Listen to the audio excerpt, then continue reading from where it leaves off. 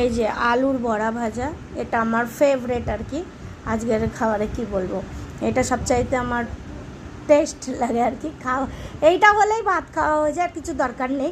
যেহেতু আজকে সবজি তো অনেক আছে, কিন্তু আমি সবজি আজকে নিইনি বলতে কি, খাসির মাংস আছে বলে আর অন্য কিছু খেলাম না, সব রেখে দিলাম, ফ্রিজে রাখা রয়েছে।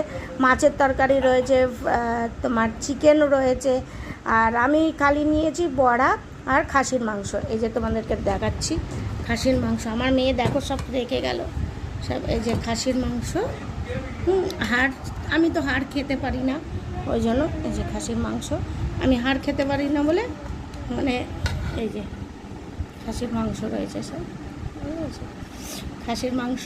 তো আমি খাসির মাংস দিয়েই খাবো আর কি। চলো তোমরা দেখতে থাকো।